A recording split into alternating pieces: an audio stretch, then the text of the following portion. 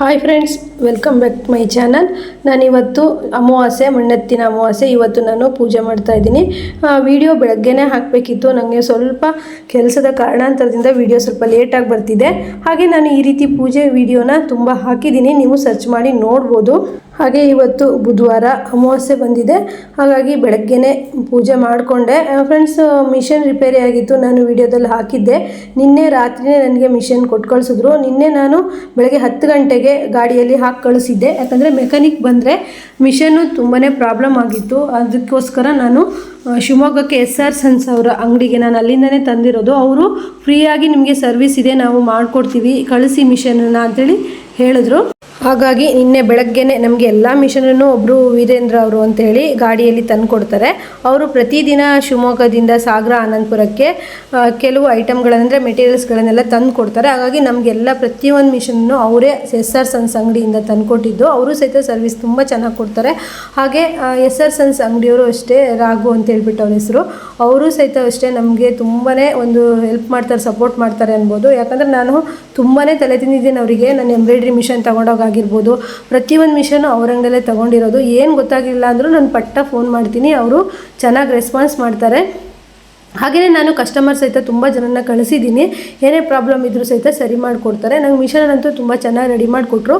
Mission ಏನು problem ಆಗಿತ್ತು ಅಂದರೆ, ಸೂಜಿ ಹೋಗಿ ಬಡಿದ್ಬಿಟ್ಟು ಶಟ್ಲು ಬೆಂಡ್ ಆಗಿತ್ತಂತೆ. ಅದು ತುಂಬ ಜೋರಾಗೇ ಬಡ್ದಿದೆ ಸೂಜಿ. ನೋಡಿ ಫ್ರೆಂಡ್ಸ್, ಯಾರಾದರೂ ಟೈಲರಿಂಗ್ ಮಾಡ್ತಾ ಇರೋರು ಜಾಕ್ ಮಿಷನ್ ತಗೊಂಡಿರಲಿ ಅಥವಾ ನೀವು ಯಾವುದೇ ಮಿಷನ್ ಆದರೂ ಅಷ್ಟೇ, ಸೂಜಿ ಹೋಗಿ ಶಟ್ಲಲ್ಲಿ ಏನಾದರೂ ಬಡೀತು ಅಂತಂದರೆ, ಅದು ಶಟ್ಲು ಬೆಂಡ್ ಆಯಿತು ಅಂತಂದರೆ ಎಷ್ಟೇ ನೀವು ಮೆಕ್ಯಾನಿಕ್ ಕರ್ಕೊಂಬಂದು ಸರಿ ಮಾಡಿಸೋ ಸರಿ ಆಗೋಲ್ಲ. ಅವರು ಅದು ಶಟ್ಲು ಬೆಂಡ್ ಆಗಿರೋದನ್ನು ಸ್ವಲ್ಪ ಮಿಷನಿಗೆ ಕೊಟ್ಟು ಸರಿ ಮಾಡಿಸ್ಬಿಟ್ಟು ಅದನ್ನು ಹಾಕಿ ಕೊಟ್ಟಿದ್ದಾರೆ. ನೋಡಿ, ನಾನು ಅಮಾವಾಸ್ಯೆ ಪೂಜೆ ಮಾಡ್ತಾ ಇದ್ದೀನಿ. ಬಾಳೆಹಣ್ಣು, ಹೂವು ಮತ್ತು ಕಾಮಾಕ್ಷಿ ದೀಪ ಪ್ರತಿಯೊಂದು, ಅಂದರೆ ಫಸ್ಟು ನಾನು ಬೆಳಗ್ಗೆನೇ ಮಿಷನ್ನೆಲ್ಲ ಒರೆಸಿ ಕ್ಲೀನ್ ಮಾಡಿ ಇಟ್ಕೊಂಡಿದ್ದೆ. ಎಷ್ಟೇ ನಾವು ನಿನ್ನೆ ಒರೆಸಿ ಕ್ಲೀನ್ ಮಾಡಿದ್ರೂ ಬಟ್ಟೆ ಸ್ಟಿಚ್ ಮಾಡಿರ್ತೀವಲ್ಲ, ಧೂಳು ಅನ್ನೋದಾಗಿರುತ್ತೆ. ಹಾಗಾಗಿ ಯಾಸ್ಮಿನ್ ಮಿಷನು ಹಾಗೆ ನನ್ನ ಮಿಷನ್, ಎರಡೂ ಮಿಷನಿಗೂ ಪೂಜೆ ಮಾಡ್ತಾಯಿದ್ದೀನಿ. ನಾನು ವಿಡಿಯೋದಲ್ಲಿ ಹೇಳಿದ್ದೀನಿ, ತುಂಬ ವಿಡಿಯೋದಲ್ಲಿ ನನ್ನ ಟೈಲರಿಂಗ್ ಮಿಷನ್ ಅಮಾವಾಸ್ಯೆ ದಿವಸ ಯಾವ ರೀತಿ ಪೂಜೆ ಮಾಡಬೇಕು ಅನ್ನೋದನ್ನು ತುಂಬ ನೀಟಾಗಿ ವಿವರಣೆ ಕೊಟ್ಟಿದ್ದೀನಿ. ಇವತ್ತು ಬೆಳಗ್ಗೆನೇ ನಾನು ಈ ವಿಡಿಯೋ ಹಾಕಬೇಕಿತ್ತು. ಸ್ವಲ್ಪ ಕಾರಣಾಂತರಗಳಿಂದ ಬೆಳಗ್ಗೆನೇ ವಿಡಿಯೋ ಹಾಕೋಕ್ಕಾಗಲಿಲ್ಲ. ಯಾಕಂದರೆ ಮೊಬೈಲು ನನ್ನ ಮಗನಿಗೆ ಸ್ವಲ್ಪ ಬೇಕಿತ್ತು, ಅವನೇನೋ ಕೆಲಸ ಮಾಡ್ತಾಯಿದ್ದ ಅದರಲ್ಲಿ, ಆದ್ದರಿಂದ ವಿಡಿಯೋ ಸ್ವಲ್ಪ ಲೇಟಾಗಿ ಬರ್ತಿದೆ. ಪರವಾಗಿಲ್ಲ, ನಾನು ಈ ಅಮಾವಾಸ್ಯೆ ಪೂಜೆ ವಿಡಿಯೋ ನಾನು ತುಂಬ ಡೀಟೇಲಾಗಿ ಹಿಂದಿನ ವಿಡಿಯೋಗಳಲ್ಲೆಲ್ಲ ಹಾಕಿದ್ದೀನಿ. ಹಾಗೆ ನಾನು ಎರಡೂ ಮಿಷನನ್ನು ಒರೆಸ್ಕೊಂಡು ನೀಟಾಗಿ ಗಂಗಾ ಜಲ ಹಾಕಿ ಪ್ರೋಕ್ಷಣೆ ಮಾಡಿ, ಕಾಮಾಕ್ಷಿ ದೀಪ ಇಟ್ಟು ಮತ್ತು ಅರಿಶಿಣ ಕುಂಕುಮ ಇಟ್ಟು ಮತ್ತು ಹೂವು ಬಾಳೆಹಣ್ಣು ಇಟ್ಬಿಟ್ಟು ಪೂಜೆ ಮಾಡ್ಕೊಂಡಿದ್ದೀನಿ. ನೀವು ಬೆಳಗ್ಗೆ ನಿಮಗೆ ಪೂಜೆ ಮಾಡೋದಕ್ಕೆ ಕಷ್ಟ ಆದರೆ ನೀವು ಸಂಜೆ ಪೂಜೆ ಮಾಡ್ಕೋಬೋದು. ಗೋಧೂಳಿ ಟೈಮಲ್ಲಿ ಸಂಜೆ 6ರಿಂದ ನೀವು ಎಷ್ಟೊತ್ತಿಗೆ ಬೇಕಾದರೂ ಪೂಜೆ ಮಾಡ್ಕೋಬೋದು. ಈ ಥರ ಒಂದು ಮಾಡೋದ್ರಿಂದ ಒಂದು ಪಾಸಿಟಿವ್ ಎನರ್ಜಿ ಇರುತ್ತೆ. ಯಾವುದೇ ಕಣ್ಣು ದೃಷ್ಟಿ ಆಗಿರ್ಬೋದು, ಅಥವಾ ನೀವು ಬಟ್ಟೆ ಹೊಲಿದಿರೋ ದುಡ್ಡು ನಿಮ್ಮ ಕೈಯಲ್ಲಿ ನಿಲ್ತಾ ಇಲ್ಲ, ಒಳ್ಳೆಯದಕ್ಕೆ ಅದು ವಿನಿಯೋಗ ಆಗ್ತಾ ಇಲ್ಲ ಅಂದರೆ, ಯಾವುದೇ ಪ್ರಾಬ್ಲಮಿಗೂ ಸಹಿತ ನೀವು ಅಮಾವಾಸ್ಯೆ ದಿನ ಒಂದು ಪೂಜೆ ಮಾಡಿದ್ರೆ, ಪಿತೃಗಳನ್ನು ನೆನೆಸ್ಕೊಂಡ್ರೆ ತುಂಬಾ ಒಳ್ಳೆಯದಿರುತ್ತೆ ಅಂತ ಹೇಳ್ಬೋದು. ನನಗೆ ಸಂಜೆ ಮಾಡೋದಕ್ಕೆ ಸ್ವಲ್ಪ ಕಷ್ಟ ಆಗುತ್ತೆ. ಯಾಕಂದರೆ ಇವತ್ತು ಬುಧವಾರ ಆಗಿರೋದ್ರಿಂದ ಸಂಜೆ ಸಂತೆ ಇರುತ್ತೆ ನಮಗೆ, ಅಲ್ಲಿಗೆ ಹೋಗಿ ಬಂದು ಮತ್ತೆ ಪೂಜೆ ಮಾಡೋದಕ್ಕೆ ಕಷ್ಟ ಆಗುತ್ತೆ. ಅದರಿಂದ ನಾನು ಬೆಳಗ್ಗೆನೇ ಪೂಜೆ ಮಾಡಿದೆ. ನೋಡಿ, ನಿಂಬೆಹಣ್ಣು ಮೆಣಸಿನ್ಕಾಯಿ ಎಲ್ಲ ಕಟ್ಟಿಟ್ಟಿದ್ವಲ್ಲ, ಅದಕ್ಕೆ ನಾವು ಧೂಪದ ಹೊಗೆ ಕೊಟ್ಟು, ಅಂದರೆ ಊದ್ಬತ್ತಿ ಹೊಗೆ ಕೊಟ್ಬಿಟ್ಟು ಇಟ್ಟರೆ ತುಂಬ ಒಳ್ಳೆಯ ಒಂದು ಪಾಸಿಟಿವ್ ಎನರ್ಜಿ ಬರುತ್ತೆ. ಹಾಗೆಯೇ ನಾನು ಇನ್ನೊಂದು ರೆಮಿಡಿ ಮಾಡಬೇಕು ಅಂತ ಇದ್ದೆ, ಸ್ವಲ್ಪ ನನಗೆ ಅರ್ಜೆಂಟ್ ಆಯಿತು ಸ್ವಲ್ಪ ಪೂಜೆ ಎಲ್ಲ, ಹಾಗಾಗಿ ಆಗಲಿಲ್ಲ. ನಾನು ಏನು ಪ್ರತಿ ಅಮಾವಾಸ್ಯೆಗೂ ಪೂಜೆ ಮಾಡ್ತೀನಲ್ಲ, ಅದೇ ರೀತಿ ಪೂಜೆ ಮಾಡಿದೆ. ಓಕ್ಲಿ ನೀರು ಮಾಡಿ ಚೆಲ್ಲಿದೆ, ಹಾಗೆ ನಿಂಬೆಹಣ್ಣು, ಅರಿಶಿಣ ಕುಂಕುಮ ಕೊಯ್ದು ಅರಿಶಿಣ ಕುಂಕುಮ ಹಚ್ಚಿ ಇಟ್ಟೆ, ದೃಷ್ಟಿ ನಿವಾಳಿಸಿದೆ. ಹಾಗೆ ಆರತಿ ಮಾಡುವಾಗ ಲವಂಗನ ಹಾಕ್ಬಿಟ್ಟು ಆರತಿ ಮಾಡಿದೆ. ಒಂದು ಪಾಸಿಟಿವ್ ಎನರ್ಜಿ ಇರಲಿ, ನಾವು ಮಾಡೋ ಕೆಲಸ ಒಳ್ಳೆಯದಾಗಲಿ, ನಾವು ಇನ್ನೂ ಹೆಚ್ಚೆಚ್ಚು ಬೆಳಿಬೇಕು ಅಂತೇಳ್ಬಿಟ್ಟು. ಏನು ಮಾಡೋದು ಫ್ರೆಂಡ್ಸ್, ನಾವು ತಿಂಗಳ ಪೂರ್ತಿ ಕೆಲಸ ಮಾಡಿರ್ತೀವಿ, ಒಂದು ದಿವಸನಾದರೂ ನಮಗೆ ಅನ್ನ ಕೊಡೋವಂಥ ಒಂದು ಲಕ್ಷ್ಮಿಗೆ ನಾವು ಒಂದು ವಂದನೆ ತಿಳಿಸಲೇಬೇಕು. ನೋಡಿ, ಈ ರೀತಿ ಮಾಡ್ಕೊಳ್ಳಿ. ಯಾವುದೇ ಕಣ್ಣು ದೃಷ್ಟಿ ಇದ್ದರೂ, ನಿಮಗೆ ಬಟ್ಟೆ ಹೊಲಿಯೋಕ್ಕೆ ಮನಸ್ಸು ಬರ್ತಾ ಇಲ್ಲ ಅಥವಾ ನನಗೆ ಆಗ್ತಾನೇ ಇಲ್ಲ, ಏನು ಮಾಡೋದು ಅಂತ ಅಂದರೆ, ನೀವು ಈ ರೀತಿ ಒಂದು ಸತಿ ಪೂಜೆ ಮಾಡಿ ನೋಡಿ, ಪಾಸಿಟಿವ್ ಎನರ್ಜಿ ಅನ್ನೋದು ಬರುತ್ತೆ. ಹಾಗೆ ನೀವು ಕೆಲಸ ಮಾಡೋದಕ್ಕೂ ಸಹಿತ ಇಂಟ್ರೆಸ್ಟ್ ಬರುತ್ತೆ.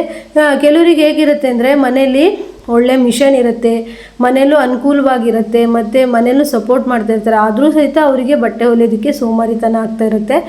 1 ಮಂತ್ ಚೆನ್ನಾಗಿ ಹೊಲಿದ್ರೆ ಇನ್ನೊಂದು ಮಂತಲ್ಲಿ ಅವ್ರಿಗೆ ಯಾವುದೇ ಥರ ಇಂಟ್ರೆಸ್ಟ್ ಇರೋದಿಲ್ಲ.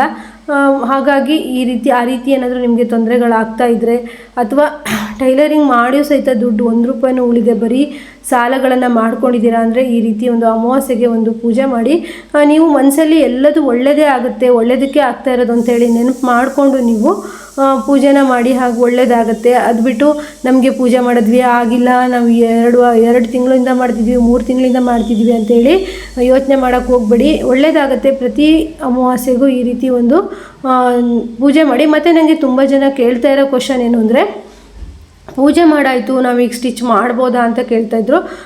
ಸ್ಟಿಚ್ ಮಾಡಬೇಡಿ ಅಂತ ಹೇಳೋಕ್ಕೆ ಬರೋದಿಲ್ಲ, ಯಾಕಂದರೆ ಅರ್ಜೆಂಟ್ ಬಟ್ಟೆ ಇದ್ದಾಗ ಸ್ಟಿಚ್ ಮಾಡಲೇಬೇಕಾಗತ್ತೆ.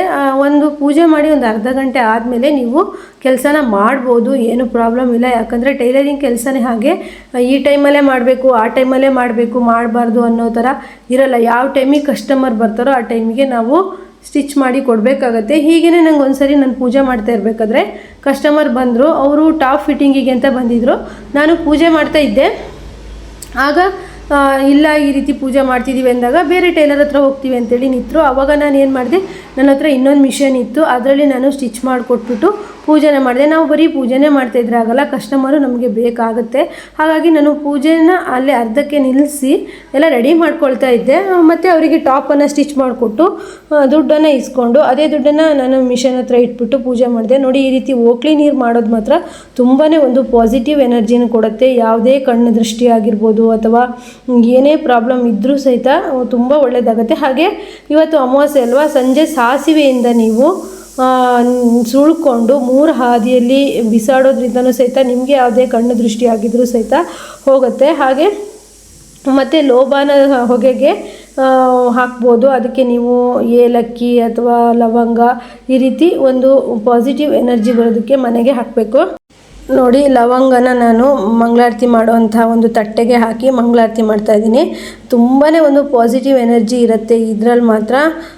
ಈ ರೀತಿಯೆಲ್ಲ ನಾನು ತುಂಬಾ ಬೇರೆ ಬೇರೆ ಟಿಪ್ಸ್ಗಳನ್ನು ಎಲ್ಲ ಅಮಾವಾಸ್ಯೆಗಳಲ್ಲೂ ನಿಮಗೆ ಹೇಳ್ಕೊಟ್ಟಿದ್ದೀನಿ.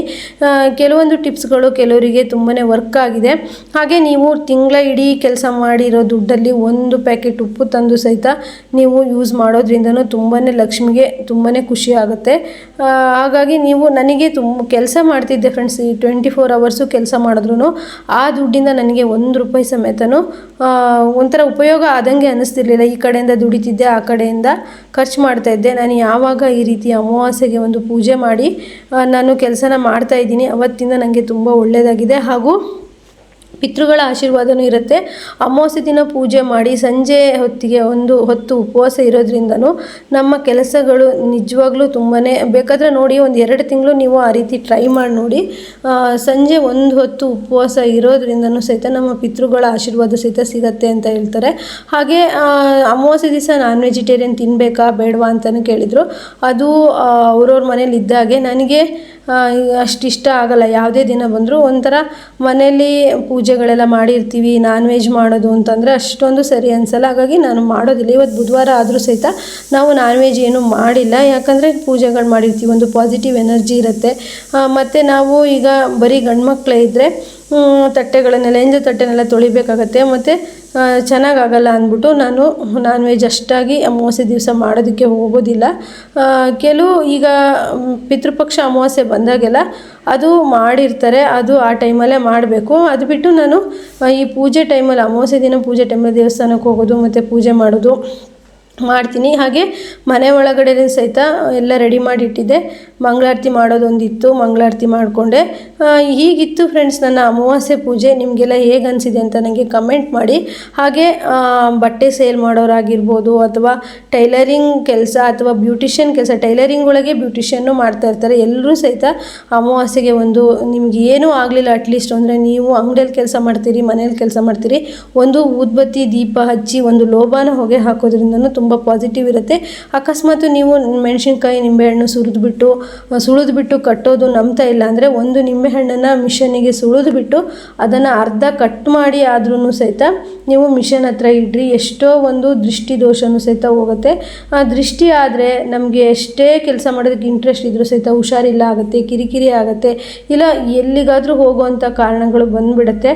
ಎಲ್ಲೂ ನಿಮಗೆ ಕಿರಿಕಿರಿ ಆಗದೇನೆ ಕೆಲಸ ಚೆನ್ನಾಗಿ ಆಗಬೇಕು ಅಂದರೆ ಈ ರೀತಿ ಒಂದು ಅಮಾವಾಸ್ಯೆಯಲ್ಲಿ ಒಂದು ಪೂಜೆ ಮಾಡಿ. ಅಥವಾ ನಾವು ಶಾಪ್ ಇಟ್ಕೊಂಡಿದ್ದೀವಿ, ಏನು ಮಾಡೋದು ಅಂದರೆ ನೀವು ಬೆಳಗ್ಗೆ ಬೇಗ ಹೋಗಿ ಪೂಜೆನ ಮಾಡಿಬಿಟ್ಟು ಕೆಲಸ ಶುರು ಮಾಡ್ಬೋದು, ಇಲ್ಲ ಸಂಜೆ ನೀವು ಬರೋ ಟೈಮಲ್ಲಿ ಮಾಡಿಬಿಟ್ಟು ಪೂಜೆ ಮಾಡಿಬಿಟ್ಟು ಬಾಗಿಲು ಹಾಕ್ಕೊಂಡು ಬರ್ಬೋದು. ಹಾಗೆಯೇ ಬಿಳಿ ಸಾಸಿವೆ ಸಿಕ್ಕಿದ್ರೆ ನೀವು ಅದರ ಲೋಭಾನ ಹೊಗೆಯನ್ನು ಕೊಟ್ಟರು ಸಹಿತ ಮನೆಗೆ ಒಂದು ಅಥವಾ ನೀವು ಕೆಲಸ ಮಾಡೋ ಅಂಗಡಿಗೂ ಒಂದು ಪಾಸಿಟಿವ್ ಎನರ್ಜಿ ಇರುತ್ತೆ. ನೋಡಿ, ನನ್ನ ಅಮಾವಾಸ್ಯೆ ಪೂಜೆ ಈ ರೀತಿ ಆಗಿತ್ತು. ಹಾಗೆ ಇನ್ನು ಶುಕ್ರವಾರ ಸಹಿತ ಪೂಜೆ ಇದೆ. ಆಷಾಢ ಶುಕ್ರವಾರ ಸ್ಟಾರ್ಟ್ ಆಗ್ತಾ ಇದೆ. ಆಷಾಢ ಶುಕ್ರವಾರ ಪೂಜೆ ಯಾರೆಲ್ಲ ಹೇಗೆ ಮಾಡ್ತೀರಾ ಅಂತ ನನಗೆ ಕಮೆಂಟ್ ಮಾಡಿ. ಮತ್ತು ಇವತ್ತು ಮಣ್ಣೆತ್ತಿನ ಅಮಾವಾಸ್ಯೆ ಆಗಿರೋದ್ರಿಂದ ನಮ್ಮ ಮನೆಗೆ ಲಕ್ಷ್ಮಿ ಅನ್ನೋ ದನ ಸಹಿತ ಬಂದಿತ್ತು.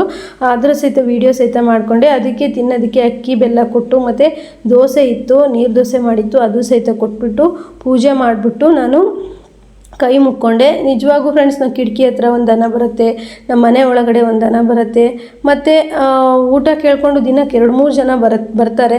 ಆದರೆ ನಾವು ಅವ್ರಿಗೆಲ್ರಿಗೂ ಕೊಡ್ತೀವಿ. ದೇವ್ರು ನಮಗೆ ಕೊಟ್ಟಿರೋದ್ರಲ್ಲಿ 1/4% ಆದರೂ ಒಂದು ದಾನ ಮಾಡಬೇಕಂತೆ. ಅದರಿಂದ ನಮಗೆ ತುಂಬ ಒಳ್ಳೆಯದಾಗತ್ತೆ. ನಾನಂತೂ ಎಷ್ಟು ಜನ ಬರ್ತಾರೋ ನಾನು ಎಲ್ರಿಗೂ ನನ್ನ ಕೈಯಲ್ಲಿ ಆದಷ್ಟು ನಾನು 10 ರೂಪಾಯಿ ದುಡಿದ್ರೆ ಅದರಲ್ಲಿ 1 ರೂಪಾಯಿ ಆದರೂ ದಾನ ಮಾಡ್ತೀನಿ. ಯಾಕಂದರೆ ಅಂದರೆ ನಾವು ಕೊಡೋಕ್ಕೆ ನಮಗೆ ಶಕ್ತಿ ಇರೋದಕ್ಕೆ ಅಲ್ವಾ ಅವರೆಲ್ಲ ಕೇಳೋದು. ಆದ್ದರಿಂದ ಈ ದನ ನೋಡಿ ಒಳಗೆ ಬರುತ್ತೆ, ಕರೆಕ್ಟು ಪೂಜೆ ಆಗಿ ಟೈಮಲ್ಲೇ ಬರುತ್ತೆ. ತುಂಬ ಖುಷಿಯಾಗುತ್ತೆ. ಸಂಜೆ ದೀಪ ಹಚ್ಚೋ ಟೈಮಲ್ಲೂ ಸಹಿತ ಸೀದಾ ಒಳಗಡೆನೇ ಬರುತ್ತೆ. ನಾನು ನಮ್ಮ ಮನೇಲಿ ಏನಿರುತ್ತೋ ಅದನ್ನು ಕೊಟ್ಬಿಟ್ಟು ಕಳಿಸ್ತೀವಿ. ಈಗ ಪ್ರಾಣಿಗಳಿಗೆ ಅಂದರೆ ತಿನ್ನೋಕ್ಕೆ ಕೊಟ್ರೇ ಖುಷಿ.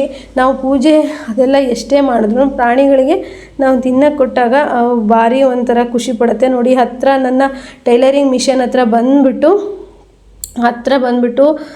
ಅಂದರೆ ಅದು ತಿನ್ನೋಕ್ಕೇನಾದ್ರು ಇದೆಯಾ ಅಂತ ಹೇಳ್ಬಿಟ್ಟು ನೋಡ್ತಿರ್ಬೇಕು. ಮತ್ತು ವಾಪಸ್ ಅದು ತಿರುಗಿಬಿಟ್ಟು ಹೋಗುತ್ತೆ. ನನಗೆ ಮನೆಯೊಳಗೆ ಬರುವಾಗ ಭಯ ಆಗುತ್ತೆ ದನ, ಯಾಕಂದರೆ ಸಿಮೆಂಟಿನೆಲ್ಲ ಕಾಲು ಜಾರಿಬಿಟ್ರೆ ಅಂತ ಹೇಳಿ ಭಯ ಆಗ್ತಾ ಇರುತ್ತೆ. ಆದರೆ ಮನೆಯೊಳಗೆ ಬಂದು ನನಗೆ ದನ ಈಗಿಂದ ಅಲ್ಲ, ನಾನು ಈ ಮನೆ ಬಂದಾಗಿಂದನೂ ಬರುತ್ತೆ. ತುಂಬಾ ಒಂದು ಪಾಸಿಟಿವ್ ಎನರ್ಜಿ ಇರುತ್ತೆ. ಅದು ಇವತ್ತು ವಿಶೇಷವಾದ ದಿನ ಆಗಿರೋದ್ರಿಂದ ಗೋ ಬಂದಿದ್ದು ತುಂಬಾ ಖುಷಿಯಾಯಿತು. ಹಾಗೆ ಪೂಜೆ ಎಲ್ಲ ಆದಮೇಲೆ ಉಷನಿಗೆ ಒಂದು ಅರಿಶಿಣ ಕುಂಕುಮ ಕೊಟ್ಟೆ. ಅಮಾವಾಸ್ಯೆ ದಿನ ನಿಮಗೆ ಸಾಧ್ಯವಾದರೆ ಒಂದು 5 ಜನಕ್ಕಾದರೂ ಅರಿಶಿಣ ಕುಂಕುಮನ ಕೊಡಿ, ತುಂಬಾ ಒಳ್ಳೆಯದಿದೆ. ನಿಮ್ಮ ಕೈಲಿ ಎಷ್ಟು ಸಾಧ್ಯನೋ ಅಷ್ಟು ಮಾಡಿ. ಹಾಗೆ ಶಿವಮೊಗ್ಗ ಯಾರಿಗೆಲ್ಲ ಹತ್ತಿರ ಆಗುತ್ತೋ ಟೈಲರಿಂಗ್ ಮಿಷನ್ ತೊಗೋಬೇಕು ಅಂತಿದ್ರೆ ಪ್ರತಿಯೊಂದು ಮಿಷನ್ನು ಇಲ್ಲಿ SR ಸನ್ಸಲ್ಲಿ ತುಂಬ ಚೆನ್ನಾಗಿ ಕೊಡ್ತಾರೆ. ಬೇಕಿದ್ದಲ್ಲಿ ನೀವು ಹೋಗಿ ತೊಗೊಬೋದು.